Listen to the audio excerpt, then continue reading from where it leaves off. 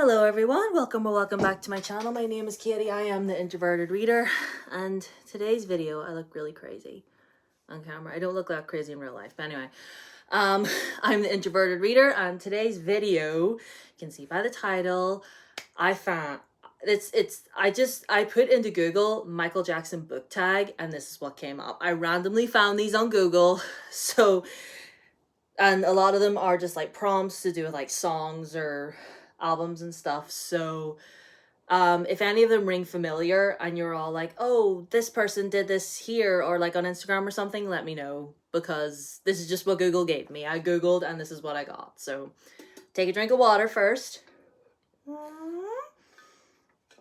Hope you're all staying hydrated in the warm weather. The first prompt is for Thriller, greatest selling album of all time. Name a book that kept you on the edge of your seat and scared you. Now, I don't read a lot of scary books, y'all know this, but one that came to my mind was A Good Girl's Guide to Murder by Holly Jackson. So this one is basically about this girl in this small town in England who takes it upon herself to solve the murder case of a girl that was murdered 5 years prior. Everybody believes that her boyfriend did it. Our girlie Pip is not so sure. So she doesn't believe that what happened is what actually happened. So she digs deep to try and find out what really happened to Andy, the girl that was killed. And things about the town and the people start hopping up, and there's like Holly Jackson. This may be young adult, but she knows how to write a thriller, and this is actually one of the ones that sort of introduced me to the genre. So I definitely would recommend this one. Absolutely. I'll just put you there. I'll just put it on the floor. Moonwalker is what I call myself, or it's the name of his biography. Pick a book that takes you into a completely different, magical, or otherworldly setting. That could be any of the books that I read. Like, y'all know, I love fantasy books. I love being taken away into a fantasy place. So I guess Lord of the Rings, I guess Narnia, I guess really just any fantasy book that you can name, or any fantasy book that I've ever read does that for me. Because y'all know, fantasy is my bread and butter around here. So yeah. And then the next one is for Man in the Mirror, my favorite song. Pick a book that forced you to reflect on your own life or prompted personal growth. Because you know the lyrics of the song, you want to make the world a better place, take a look at yourself. For me, I'm going to have to say Under the Whispering Door by TJ Klune. I read this a few years ago with a friend, and we both loved it. We were both crying at the end. And I have two different copies of it. I have this copy and I've got my Illumicrate copy as well. I bought this purely to reread it. I haven't done my reread yet, but I definitely really want to. I want to like tab and annotate this, because it's so beautifully written. It's about this man called what's his name? Wallace. And he dies, essentially, at the very beginning of the book. It's not a spoiler, but it's basically about him dying, and his ghost ends up at this little tea shop in the woods. And this tea shop is like the gateway between our world and the spirit world.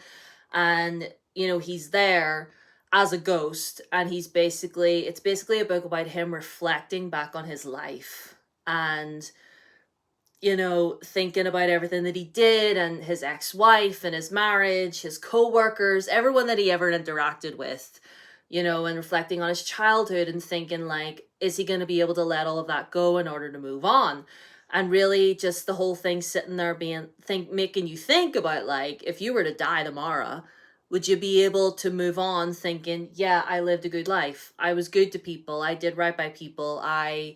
You know, I did my best. So definitely gets you thinking about that. Very heavy topic, but it gets you thinking. So there's that. The next one, Billie Jean. Name a book featuring an iconic plot twist or a rumor/scandal that drives the story. I don't know about a plot twist, but I guess not, sort of like a scandal almost, because I don't know why I picked this. because it's got like a love triangle situation going on, and it's like, you know, there's sort of a lot of like, she loves both of them, but which one is she gonna choose? Is she gonna ruin their friendship? You know, like the whole love triangle situation, I feel like is the most scandalous we get around here. But in my mind, Will, Jem, and Tessa are in a throuple and they're living happily ever after. So that's as close as I got for this one. That's as close as I got for this one. But another one that I had in mind was for this one was The Maid by Nita Prose, because it features around the murder of like a really prolific businessman, and our main character is like caught right in the middle of it because she was the first person to find his body and stuff. So yeah, there's that. And then we've got Bad, my favorite album, by the way. Choose a book with an edgy, morally grey, or rebellious main character. And at first I couldn't think of one, but then I remembered Wei Wuxian from Grandmaster of Demonic Cultivation. He's definitely morally grey. He's definitely ambitious. He's definitely rebellious. He's definitely a character that,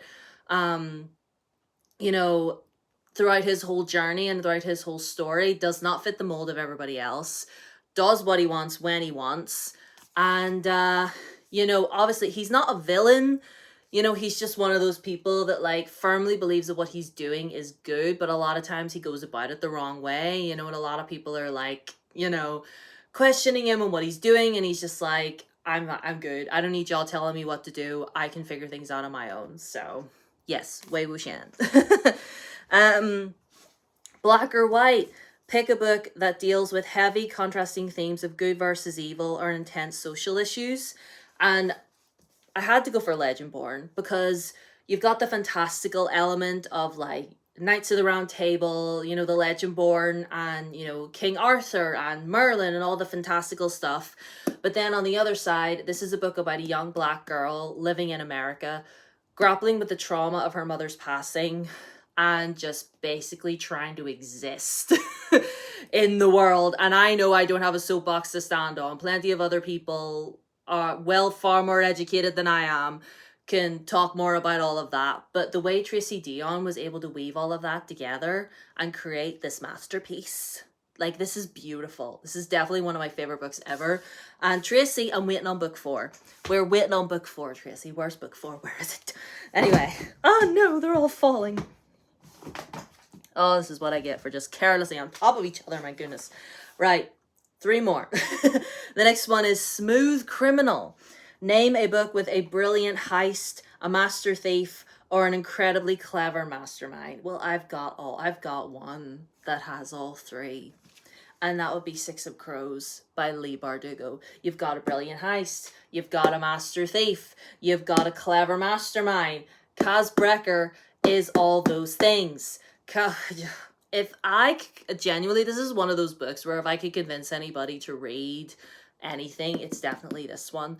Like, you have a gang of people, all with a different skill set, and they're cutthroat thieves. Like, Kaz Brekker is literally one of those characters that's like stabs first and asks questions later. Do you know what I mean? And this is definitely one of my favorite books. Absolutely. I reread it a couple years ago. I did the audiobook for it. I would highly recommend the audiobook because it's got all different narrators for all the characters. And listen, even if you weren't a fan of the original Grisha trilogy, just read Six of Crows and you're good. Okay? I did a video years ago where I reread all the Grishaverse and I ranked them all. I'll see if I can find it. And leave it linked for y'all. But anyway, knowing me, I'll probably forget. Anyway, Beat It. Choose a book where the main character has to overcome seemingly impossible physical or emotional obstacles. And I picked this up for this one, Boy Like Me by Simon James Green, which is, it's set in 1994. I was 2. And it's basically about our main character. What is his name? Jamie. And he finds this book in the library that's it's a gay book. You know, it features a gay character, and obviously him being a hidden gay kid during this time with Section 28 and everything, that's very rare, you know, and obviously still nowadays, still shit like that goes down, but whatever, you know, it's terrible. But yeah, basically he finds like notes written in the margins of this book and he writes back, and then the person that wrote them writes back to him and they start a whole thing. But you know, there's that going on, and also like I said, this is in the height of Section 28 in the UK, which if you don't know, go Google it.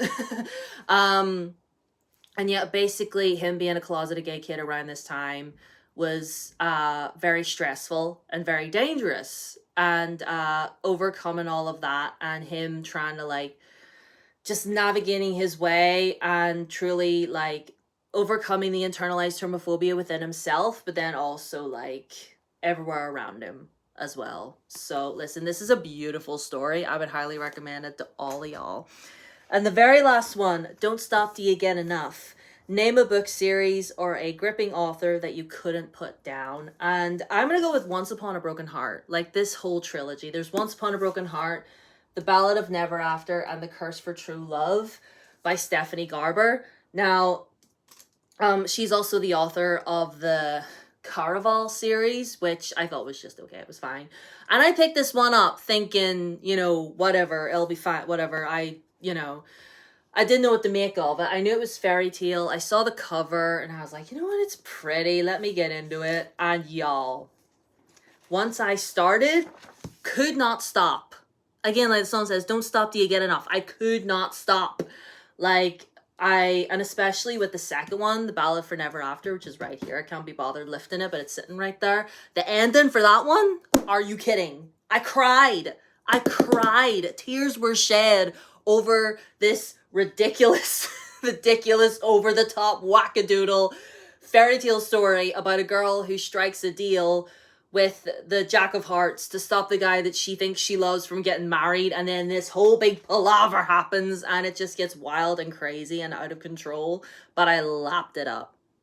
Like, I love this. I love it. And if I could go back and experience reading this for the very first time ever, I genuinely would. Like, it's what I like to call a cheeseburger read. You know, like, you wouldn't eat a cheeseburger every day, but once in a while it's okay, you know? Anyway, so let me just pick all of these up off of the floor. So yeah, that is the Michael Jackson book tag that I just randomly found on Google last night when I was trying to figure out what to do for this video. So yeah, I guess let me know down in the comments, what was a gripping series that you couldn't put down yourself? Let me know everything in the comments, or if you just want to leave your favorite emoji in the comments. All my socials are down below as always. Blue Sky, Instagram and Threads, TikTok, all that's down there. Subscribe if you are new. Thank you to all of you that have subscribed. I really appreciate it. And I'll see y'all in my next video. Bye.